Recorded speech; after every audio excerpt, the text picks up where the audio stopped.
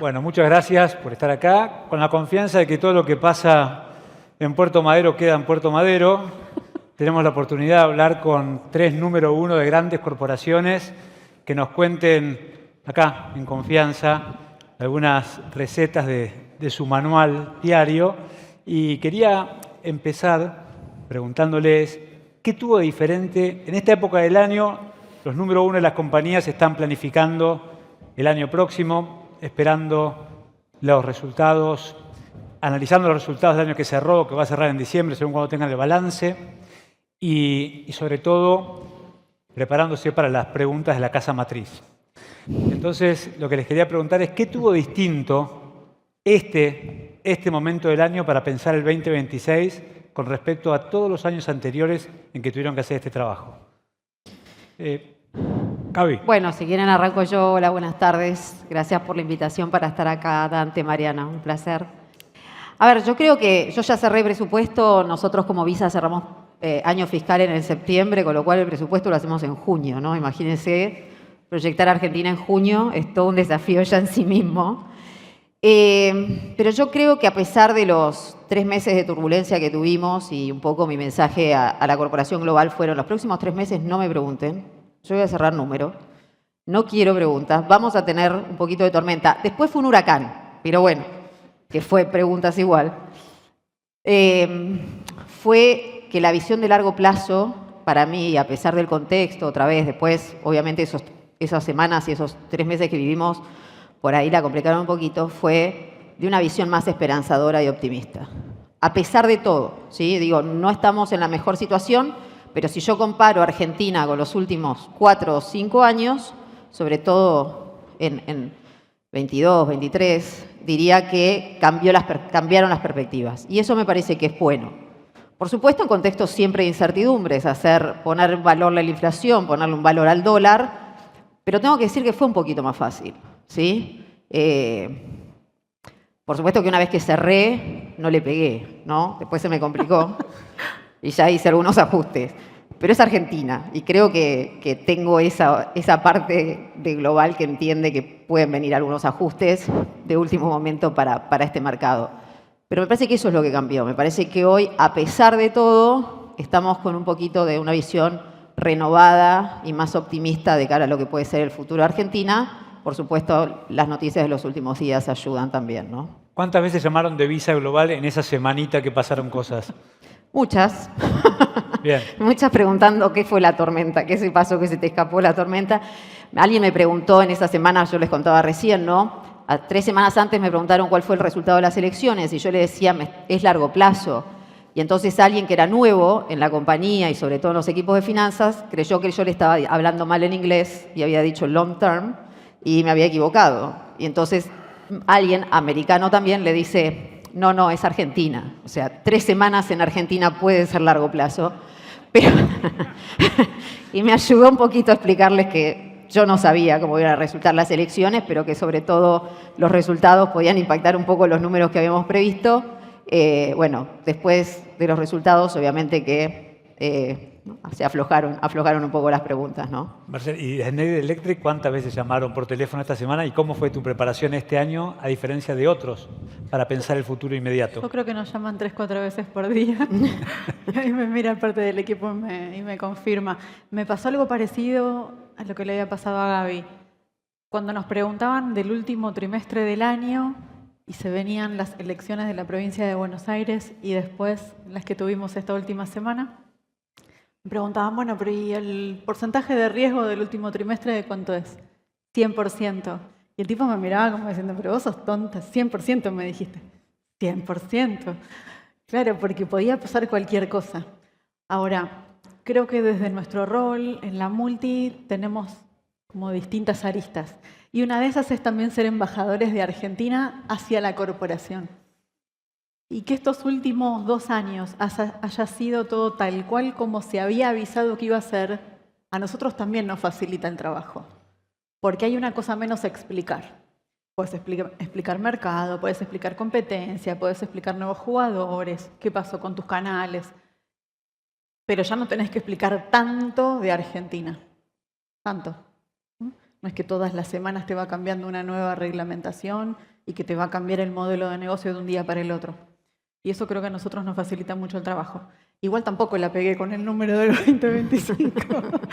¿No? No la pegamos. Igual seguramente es más fácil explicar incluso lo inexplicable después de años donde el contexto por ahí en cada industria fue positivo. Es distinto cuando por ahí en una industria, no sé, Matías, ¿cómo ha sido este año? Preparar el budget del año que viene en una industria distinta que tiene otro contexto. Sí, yo retomando sobre lo que decían Gaby y Marce, había una película, los años los meses que vivimos en peligro, algo así sería.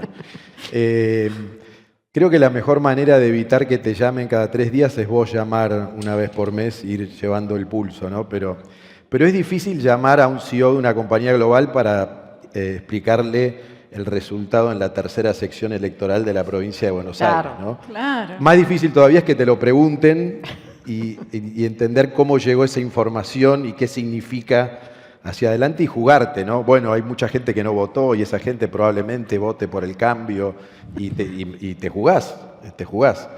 Creo que en el caso de Dow, que estamos hace 60 años operando en la Argentina, hay ya como un conocimiento cultural del serrucho que es la Argentina, también de que siempre cuando miramos la película tenemos un negocio que ha sido muy bueno en líneas generales y que es muy prometedor hacia adelante por el recurso increíble que tenemos en Vaca Muerta, en el caso de la industria de oil and gas y en nuestro caso específico de la petroquímica, con lo cual siempre decimos que los fundamentals de la Argentina son iguales a los que tenés en Estados Unidos en términos de las reservas de shale gas y de shale oil.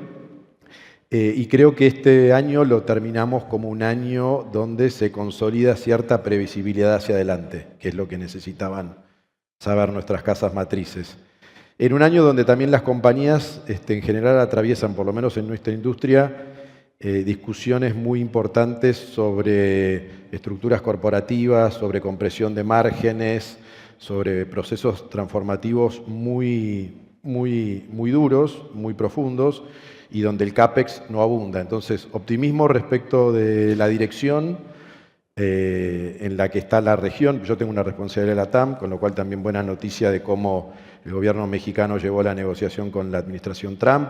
También bueno el hecho de que Lula tenga un principio de entendimiento con Estados Unidos y obviamente la consolidación de lo que se votó acá en las elecciones de medio término, pero con esa cautela de que hoy no sobra el capital para hacer inversiones pasado mañana, ¿no? Voy a dejar para el final la pregunta de cómo ven el año próximo y en el medio retomar lo que ha sido la temática de la tarde, que ha sido el mundo, nuestras vidas atravesadas por la tecnología y como se habló desde Santi Bilinkis al panel anterior, de esta tensión que hay en las compañías de los métodos de adopción, la tensión que hay de las barreras culturales, los temores a la ciberseguridad y por otro lado la necesidad de innovarse y la dificultad que tienen las grandes corporaciones de hacerlo. Entonces la pregunta es en qué momento los encuentra de la innovación. Almorzamos hace poco, Gaby, me contabas que se viene como una revolución en Visa, comparte lo que hablaba Santiago. ¿Querés contarnos un poquito cómo lo viven tecnología, corporaciones en noviembre 2025? A ver, nosotros, todo el mundo cree que Visa es la tarjeta de crédito, de débito prepaga, pero en realidad nosotros somos una empresa de tecnología, ¿sí? La empresa que facilita que una persona pueda hacer un pago, un comercio recibir un pago. Entonces, la tecnología diría que es parte de nuestro ADN, ¿no? Ahora, el mundo de lo que tiene que ver con el negocio de pagos y la industria de pagos y el comercio en general, yo creo que está atravesando, a partir de lo que es GenAI, de toda la inteligencia artificial generativa, una transformación tan profunda que todavía no tenemos claro hacia dónde va. Lo que sí tenemos claro es que el comercio que se viene es un comercio de agentes, ¿sí? Donde va a haber mínima intervención humana o nula, el pago pasa a ser invisible y la compra-venta se da a través de agente. Por lo tanto, eso cambia toda la dinámica del comercio local y mundial y la experiencia o el tipo de servicios que tenés que ofrecerle a un consumidor en un comercio para que esa experiencia de pago siga siendo no solo fácil, sino lo que para nosotros es fundamental, que es segura. En ese contexto hay un tema que nosotros siempre decimos, es que obviamente siendo una empresa de tecnología, la tecnología es un aliado, Pero hoy lo que tenemos que hacer desde Visa, y yo creo que desde las corporaciones, es abrazar la inteligencia artificial generativa. ¿Y qué implica abrazarla? Lo primero que tenemos que hacer, nosotros como Visa somos una de las empresas en el mundo que mayor cantidad de acceso a plataformas de inteligencia artificial le da a sus empleados. Vos pedís una plataforma de inteligencia artificial y la tenés. La que quieras, ChatGPT, Microsoft Copilot, que fuimos testers, Grok, Cloud, Perplexity, whatever. ¿Sí? La que quieras la podés tener en la medida que justifiques para qué, pero sí de todas estas hoy existen ambientes seguros dentro de la compañía para que los empleados y muchas de desarrollo para que las puedan utilizar. Eso es lo primero. Lo segundo es, si te doy acceso te tengo que dar entrenamiento. Eso requiere inversión en tiempo y en dinero. Y esa es una decisión que creo que como líderes empresariales, si me decís qué es una de las cosas que me quita el sueño, es cómo logro que mi gente tenga el nivel de conocimiento adecuado para que abrace GenAI y conozca de las nuevas tecnologías, las nuevas soluciones que impactan positiva y negativamente nuestro negocio. Entonces, fuerte, digamos que ese es otro de mis grandes focos, es cómo logro acelerar el nivel de conocimiento y entrenamiento de la gente. Y yo creo que además empieza por nosotros como líderes, como ejemplo. Entonces, hoy estamos trabajando fuerte en cómo generamos que esto suceda dentro de la compañía, siendo ejemplos como líderes. Yo dedico una parte importante de mi semana a temas de entrenamiento, no solo en GenAI, sino aprender de qué está pasando en el mundo, cuáles son las nuevas tecnologías, cuáles son nuestras nuevas soluciones, qué tengo que aprender para poder trabajar y ser mejor de cara al cliente y a su vez cómo mejoro la eficiencia de la compañía a través de estas soluciones. Creo que eso es un poco como nosotros lo estamos viendo, ¿no? Por supuesto, desde Visa estamos trayendo soluciones de pagos para gente. Fuimos la primera compañía en lanzarlo en el mundo. Estamos trabajando con ChatGPT, con Microsoft, con Google. Esto no es algo que va a pasar en 2 o 3 años. Esto es algo que en Estados Unidos se está lanzando en los próximos meses, donde directamente le das tu credencial de pagos y la data que vos quieras como consumidor a un agente, y ese agente podría empezar a comprar por vos con los límites que le establezca, y luego habrá un comercio en un par de años donde ya solo los agentes interactúan, cambia el marketing, la logística, cambian a partir de eso todo lo que son soluciones de seguridad para que eso ocurra en forma fácil y segura. Pero al final implica a nosotros, ¿no? ¿Qué tenemos que hacer? Bueno, prepararnos. ¿Sí? Y quería preguntarles también a ustedes, porque muchas compañías que son proveedoras de inteligencia artificial de desarrollos dicen que están en un momento crítico porque finalmente las grandes compañías dicen, bueno, vamos a usar la inteligencia artificial, pero ¿cómo? Porque al final es show me the money. Sacando a los agentes, que parecen mostrar claramente un campo directo con los consumidores, las preguntas en las corporaciones, bueno, vamos a aplicarlo, queremos subirnos a esta ola, pero no sabemos exactamente cómo. Y las preguntas, digamos, todos usamos a nivel personal las inteligencias, pero a nivel corporativa hay un gran gap. También. ¿Cómo pasa en las compañías de ustedes? Bueno, primero no voy a contar cuántas veces le digo a ChatGPT, hacé de cuenta que sos el CEO de, ¿no? Pero lo usamos mucho. Nosotros tenemos habilitadas varias herramientas de inteligencia artificial que no solamente utilizamos para simplificar nuestro trabajo, sino nosotros ofrecemos como compañía de tecnología las soluciones para que el cliente sea más tecnológico. Y ahí no es solamente una idea etérea. Nosotros somos una compañía que desarrolla productos y soluciones para automatizar procesos, para digitalizar, para utilizar más la energía eléctrica. Ahora, ¿cómo hago yo para hacerle más sencillo el trabajo al que está del otro lado, ¿no? ¿Cómo le ahorro horas de ingeniería? ¿Cómo le ahorro horas de mantenimiento? Y ahí es donde la inteligencia artificial pasa a un plano más terrenal y de uso. Creo que nos está faltando mucho. Falta mucho tiempo de dedicación a aprender estas tecnologías nuevas, no solamente a nuestros usuarios, sino a nosotros mismos. Creo que nosotros podríamos usarlo muchísimo más. Cuando Santi Bilinkis ponía la encuesta, claro, yo misma ponía que lo uso poco. Y sin embargo sé que lo uso un montón. Pero también sé que me falta aprovecharlo mucho mejor. Y nuestro trabajo como empresa de tecnología es hacerle más fácil esa adopción de la inteligencia artificial a los usuarios. Y en una industria como la tuya, Matías, ¿en qué momento se deciden grandes niveles de inversión en tecnología y cómo se aplica inteligencia artificial específicamente, ¿no? Sí, yo creo que bueno, Dow como una empresa eminentemente manufacturera, química y petroquímica, es muy pesada en assets, en plantas, en fierros.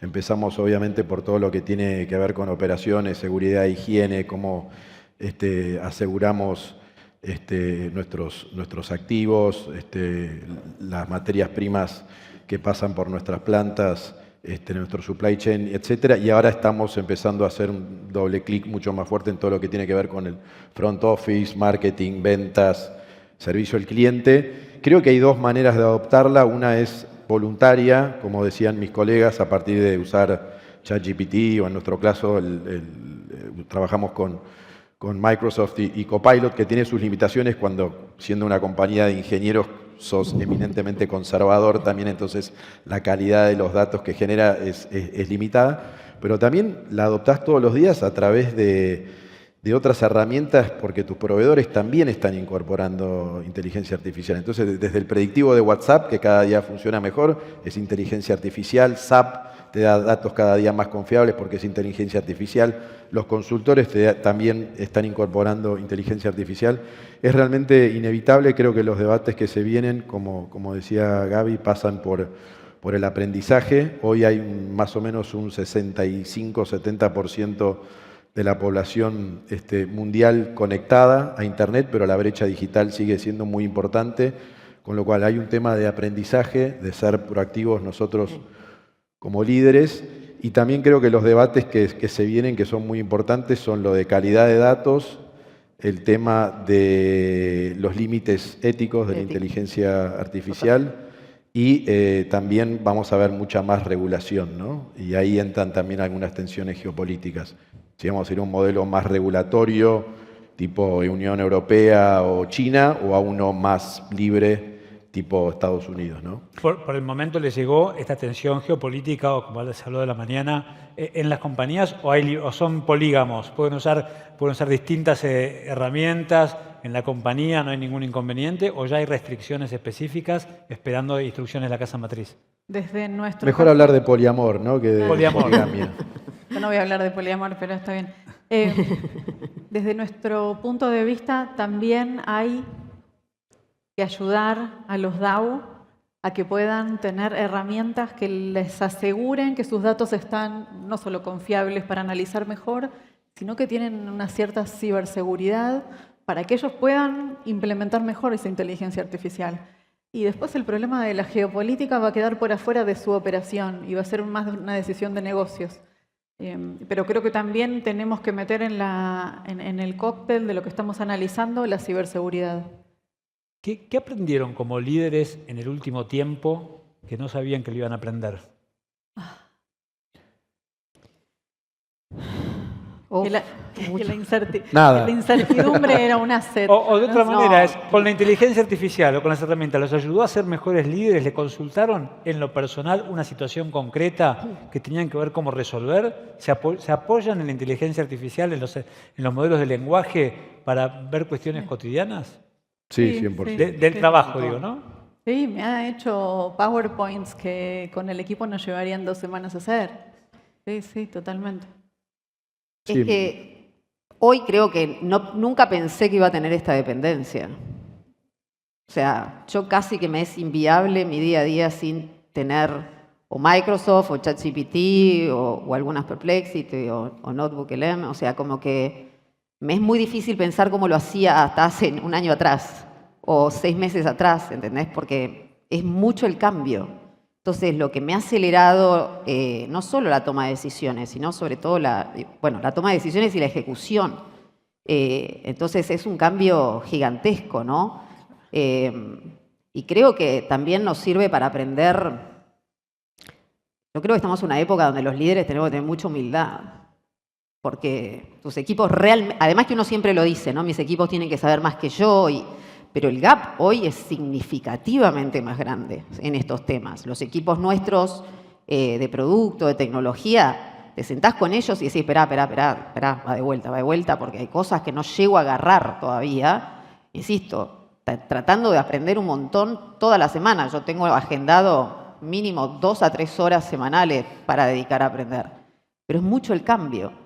Y pasa en sus compañías, como el chart que mostró Santi, de los primeros empleos que ahora no tomamos los juniors porque lo reemplaza la inteligencia artificial, pero que van a ser los seniors de mañana. ¿Pasan las compañías o todavía no lo ven? En nuestro caso tiene que ver también en cómo pensamos las estructuras, no solo las nuestras, sino también de las industrias que atendemos, porque yo ya tengo casi 50 y nosotros empezábamos la carrera de ingeniería con un tablero, ¿no?, en una oficina técnica. Hoy esos tableros con oficinas técnicas se están cambiando a ser una notebook de un ingeniero que es el que revisa todo el proceso. Y todos estos ensayos de cómo podría ser el proceso industrial te lo hace directamente la predicción de la inteligencia artificial. Entonces, nuestro rol es pensar estructuras de manera distinta, pensar los costos de manera distinta. Y si querés meter el tema de la geopolítica, es cómo desde Sudamérica competimos con otras regiones. Con todo este conocimiento y esta adaptabilidad que tenemos en trabajar con la incertidumbre permanentemente. Yo creo que uno de los desafíos que tuvimos es que, en el caso de Dow, por lo menos durante muchos años, fuimos comprando hardware y software. Pero Gracias por eso. Teníamos una Ferrari o varias Ferraris estacionadas en el garage y no las sacábamos a dar una vuelta a la cuadra. Y ahora es aprender a usarlas, ¿no? En lo que dice Marce sobre las compañías de ingenieros, con lo cual me identifico, también pasa mucho por los job descriptions, por utilizar ¿qué esperás de esos chicos, no? Y ahí hay una brecha que creo que ya para una generación es como yo. Ayer mi hijo tiene 13 años, estaba preparando un examen. Y yo ingenuamente le preparé si había hecho un resumen de lo que tenía que dar, físico-química. Y me dice, no, uso una app que se llama Turbo Learning, y me lo mostró y es alucinante. Me di cuenta que la educación se quedó en el siglo XX, Claro. Pero principio del siglo XX, ¿no? Entonces, esto realmente, si no le dedicas 2 o 3 horas por semana, te pasa por encima. Totalmente. Y para algo que para los chicos es totalmente natural porque es parte de las 24 horas de su día, ¿no? Claro. No, y de la discusión de si nuestros hijos están haciendo trampa cuando usan estas herramientas o si se lo tenemos que fomentar. Y desde mi punto de vista prefiero fomentárselo, a los 15 minutos terminó el trabajo práctico y se pone a hacer otra cosa. 2026, que es el larguísimo plazo de la Argentina, ya no es el largo plazo, es el larguísimo plazo que nos pueden contar que hayan puesto en sus planes. ¿Cómo son embajadores? Dijeron que un CEO es optimista, al igual que los empresarios que estaban antes, son embajadores de sus marcas y de la Argentina. ¿Qué les contaron para el año próximo? ¿Qué nos espera? Yo miro a mi CFO a ver qué vamos a poner mañana. ¿Qué pusieron? A ver, nosotros como Visa estamos en la Argentina hace más de 20 y pico de años, casi 30, y llegamos directo hace 8. La mirada en el país es siempre de largo, ¿no? Y hemos atravesado momentos difíciles. Hoy la mirada yo diría, es optimista. Es una Argentina por la que vamos a seguir apostando y apostando fuerte. El consumo es coyuntura, obviamente, pero Argentina tiene posibilidades de crecimiento. Nosotros, y relacionado a tu pregunta anterior, cuando miramos el mundo, cómo cambia un poco las dinámicas, ¿no? Cuando la tecnología te atraviesa y la adaptación de esas nuevas tecnologías se produce de manera diferente. Ya no lo miramos por tan solo localización o ubicación geográfica de los países, sino cuál es el nivel de adaptación e incorporación de esas nuevas tecnologías de pago, la aparición de nuevos jugadores que hay en los distintos mercados. Argentina y Brasil son los países que se destacan en Latinoamérica en ese sentido y compara con los asiáticos, ¿sí? Entonces, tenemos una nueva organización, además de la que es por geografía, que le llamamos por arquetipos de mercado, que tiene que ver con mucho de esto de mirar los mercados en función de cómo se adaptan y adoptan estas nuevas tecnologías, y Argentina está entre los países que se destacan. Entonces, la mirada es optimista. Argentina yo creo que tiene un futuro, nosotros somos embajadores, por supuesto con todos los caveats que uno tiene que tener de un país con una incertidumbre como la nuestra. Sin embargo, cuando yo hablo de Argentina, yo veo muchas oportunidades en el país, ¿sí? Y sobre todo nuestra mirada no es 26, es 2030 y tenemos chances de jugar un gran partido. Por supuesto que se tiene que dar la reforma laboral, por supuesto que se tiene que dar la reforma tributaria, por supuesto que las instituciones y la institucionalidad, las reglas de juego claras son necesarias para que esas inversiones lleguen al país, pero Argentina es uno de los países que vuelve a estar en la mira de la corporación a nivel global de vuelta y no como el que va a traer los problemas. Yo era la que cada call que había contaba cuál era el problema de la semana o del mes. Hacer la que viene a contar las oportunidades que podemos presentar y a ser embajadores, ¿no? de atraer esas inversiones para el país.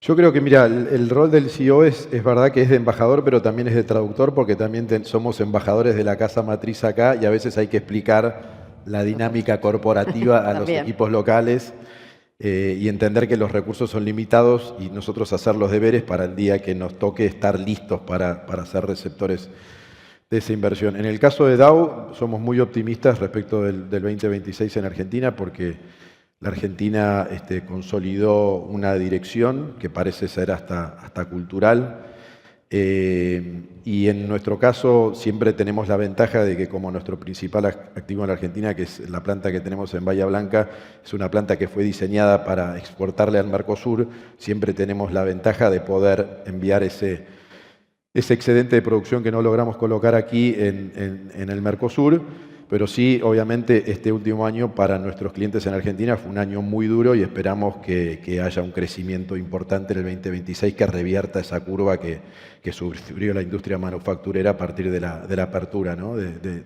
este gobierno. Pero direccionalmente siempre sabiendo cuál era la meta, que era llegar a este debate que se abre ahora, como decía Gaby, con las reformas estructurales, que es cuál es la competitividad que vamos a tener para que la Argentina se inserte en el mundo en los próximos 20 años. Ojalá que dentro de un año confirmemos el optimismo de este panel y de los paneles anteriores por la Argentina. Así que muchas gracias por esta charla. Gracias.